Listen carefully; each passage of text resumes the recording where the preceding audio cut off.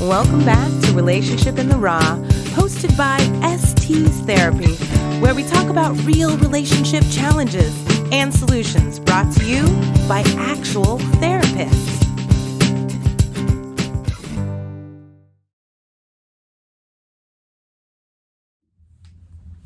Welcome. I'm Lauren. I'm a therapist here at Estes Therapy, and joining me today is Jennine Estes. Hi everyone, my name is Jennine Estes and I'm the owner of Estes Therapy, and today we're going to talk about more EFT. Yeah, and so if you haven't seen yet, please check out our last video. We talked about EFT, we learned more about Jennine, and we started to touch a little bit on these stages, or maybe these different kind of phases within EFT and the work we do inside a therapy room. Jennine, will you walk us through a little bit more, maybe the differences between these different stages? Yeah, so people don't know that when they're going into counseling that we actually have like a method. There's different schools of thought. So EFT is our school of thought, our framework that we're working from. And when we're working with couples, we kind of have these 3 stages that we're going to work with them through. So the first stage, it's the de-escalation phase. This is the phase where we kind of get everybody out of that feeling disconnected, the defense, blame, kind of ping pong conversations that go over and over and back and forth, right? So that phase is very much, we help the couples figure out what we call it a cycle, right? There's this negative cycle. It's that like, oh dang, we're doing that same thing again. Here we go. That fight. And most clients can tell us what those fights look like, but we help them become experts at that fight, understanding every move, understanding why our partner's responding a certain way, why we're responding a different way, and getting kind of a deeper understanding to it. And it actually creates some sense of like compassion, and couples are able to kind of get it to stop. So about that time with stage 1 is it stops that fighting just back and forth and that disconnect, and people like each other again, they're feeling more connected. But I always tell my clients, I'm like, this is where you want to break up with me and stop counseling. Don't, because it's like the sleeping dragon. It just went to sleep, right? And if you stop right here, that sleeping dragon can wake back up and get worse. And it does. Yep. It so does. So then what we do is we go into the stage 2, and the stage 2 is about kind of getting more of that corrective experience, getting more of a positive cycle created. So we're looking at getting couples to take more risks vulnerably. They're diving in deeper to what's actually getting triggered and what's getting upset, and how they can turn to our partner, ask, share that vulnerability, and then reach for what they need in a way that's corrective, and their partner shows up, right? And so we really help them learn how to do it in our office, and that's when they also learn how to do it out of our office. That's the goal, right? We don't want people to be dependent on counseling, so we help them do it in our office and then learn how to do it outside. And that then works us into the 3rd stage, and that 3rd stage is usually when we're doing more checkups. Like we'll meet in a month and say like, making sure that what they're doing is working, right? Are they reaching for each other, taking risks to each other? We kind of tweak things a little bit more. We tie it up. We organize things a little bit more, but it's more like every, once a month, once every couple months. It's a lot further because it's more just kind of, tying up loose ends. It's really fun. It is awesome, and by that point you usually know your couples or individuals so well that when they come on in, you're like, all right, let's dive in. We can make those tweaks, talk about things in a way where we maybe didn't get to talk about them in the past in our work together, and so it is a special stage and an opportunity to continue those corrective experiences with clients. Yeah, and the thing is, as a client, you're not going into like, hey, what stage are we in right now? The therapist doesn't really talk to you about it. The therapist is basically, they know where they need to go. Sometimes we'll be in stage 1, then we'll go into stage 2. Sometimes we have to go back to stage 1. It might kind of bounce a little bit from time to time, but your therapist is having kind of that laser focus on where do I need to go? Why do I need to do this? Because it's a research proven type of therapy model with long-term change, and it works. So let's say you've got a couple and they're having a really hard time getting out of, or I guess getting de-escalated and moving to stage 2 where they can share their needs. What are some maybe more common or some challenges you may see within kind of that relationship, and why we're not getting to stage 2? Yes. Like, what's getting in the way? Okay, so there are 3 things that we need to watch for. Okay, we got they're the 3 A's, and these are like active addiction. So that's a competing attachment. That addiction's always going to win over therapy, over what your partner says. Like, addiction will win. The other is an active affair. If there's an active affair, we can't go to a stage 2 because there's an active affair going on. It really prevents getting kind of this deeper connection and being able to stop patterns because there's another person involved. And then we'll only stay in stage 1, these. And then the third one is abuse. So if we have any type of physical, sexual, financial, emotional abuse, the safety isn't established. So as us therapists, we can't ask a client to go deeper and more vulnerable if they can't even have physical safety. So we need safety to get corrected. And that means we need affairs to stop, we need addictions to get taken care of, and we need abuse to stop. So those will be the kind of blockers to going into a stage 2. Okay. Thank you for kind of sharing that and walking us through. When it comes to stage 2, what is most common, what most commonly do you see in stage 2?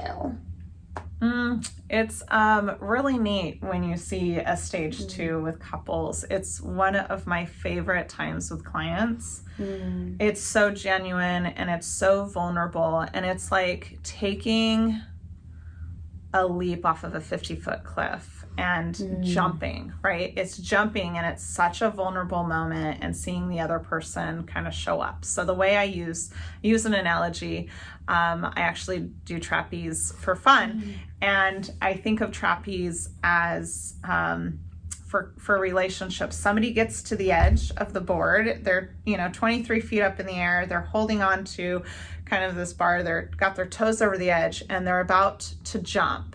And the other person is on the other bar, and they're like, hey, you ready? What trick are you gonna throw to me, right? And so the person who's about to jump has to indicate, I'm about to take a risk, I need you to catch me, this is what I'm throwing you, right? They call it throwing. So then they go on the trapeze and they do their trick, and they have to let go. And when they let go, the other person has to catch them. And if they don't show up, then that person falls flat on their face. Not really, because there's a net, but bear with me with this. So it's like with relationships, somebody is on that edge, they're about to take a risk, and they jump. And it's so beautiful because the other person, they end up showing up and catching them, right? And I don't have somebody take that risk if the partner's not there to show up. Right. So we have to make sure the partner's showing up, and the person who's jumping they're actually doing the move that they have to do without throwing bombs, right? If somebody's throwing a bomb, the trapeze artist isn't going to catch them. They're going to take their arms away, right? So it's such a beautiful time, but it's also a very risky, very vulnerable thing to do, is to kind of take that risk and that jump. And we need to know that I'm going to communicate that I'm jumping, but the other person has got to show up, because if not, if you don't show up for your partner's going to say, I'm never going to do that again. You dropped me last time. How do I know that it's safe for you to catch me? So we really work on creating that safety, that they can show up for each other and have a really powerful moment of like, I know I showed up for you. You felt comforted. You did it. You took the risk, right? We need those corrective moments. So I love that analogy. It's something that I've used with my clients, and it always seems to land. And as I share it and explain and kind of walk them through it, they're always nodding their head, and they're like, yep, I've been there, I've been dropped, and it's terrifying to get back up there. Yeah. No way. And that's why I think it gets so challenging in this room, because all of a sudden they've got this person they just met, or maybe been working for a while with them, when they're asking them to do something that is so scary, absolutely terrifying, and such a huge risk. Yes, it is so scary, but they do it, and it's really beautiful when they can kind of see each other in a different way and feel it in a different way, and then they'll have reference to it of like, oh, what we did in counseling, we can replicate it. If they can do it in here, that's proof you can do it outside of there. Yeah. And that leads me to my next question, which is, can you bounce or move between stages? Like, let's say I'm with my partner and we get to stage 3. Is there a chance that we'll go back to stage 1 or 2? And how does that, I guess, play out? Because that sounds terrifying. Yeah. So EFT, it's very much, it is not a rigid, you've got to do stage 1 and then stage 2 and then stage 3 and you check the boxes, right? Sometimes it's more fluid. Sometimes we'll be in stage 1 for a while, then we go into stage 2, we can go back to stage 1, stage 2, stage 3, stage 2, right? You can kind of bounce back and forth. Clients don't need to worry about it. It's more of the therapist's job to know which stage are they in and where do we need to go. But sometimes you do bounce around, and depending on life circumstances. Some life circumstances really have us like, it flares things up, like a death in the family. That brings up relationship stuff. We might fall back into old patterns all of a sudden, or something distressing happens, having a baby. There's things that can kind of just toss us a little bit, get things mixed up a little bit, and then we need to go back and do a little extra work. But most of the time it's, once you've gotten into stage 2 and stage 3, it's really easy. It comes back really quickly. That's so comforting to hear you share that couples who come in, we get to meet them where they're at. Whether they're in a stage 3, a stage 2, if last week they were talking about one thing and the next week we're talking about this other thing that just happened, we can really show up for them because life happens. Yes, it sure does. And there's this cycle thing that you've been mentioning, and I want to dive a little bit more into that. Yeah. Can you explain the cycle and how it shows up in relationships? Okay, cycle. Those are great questions around the cycle, because when we're working with relationships, I said earlier, is, here's that same fight over and over. Okay, we all have them, even us therapists, we've got them too. Okay, so just rest assured, therapists are not perfect. But these cycles are, we call them like more negative. These are the cycles that draw us more into like the fights, the disconnection. And they can look a variety of different ways. One might look like one person is trying to reach for closeness. And the way they reach for it is they start asking questions. What are you doing? What's going on? Why are you doing that? Right? And it comes off a little critical. And the person might then be like, oh, well, I'm doing it because of this. And they get a little defensive, right? They're feeling criticized. They get defensive. And that person reaches for like, wait, what about this? Right? And they start kind of bantering.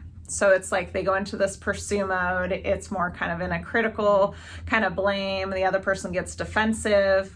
Think of it kind of like this. This person goes kind of further away, gets defensive, gets quiet. This person tries to reach for closeness, so they increase their volume, right? They say it 1,000 different times. How many of us have actually experienced that, right? Like on repeat, they say it 20 different ways to be heard, but then all that feels like is, here you go again. Oh my gosh, you're telling me the same thing over and over. Fine, right? And they try to shut down the fights because they don't want to fight.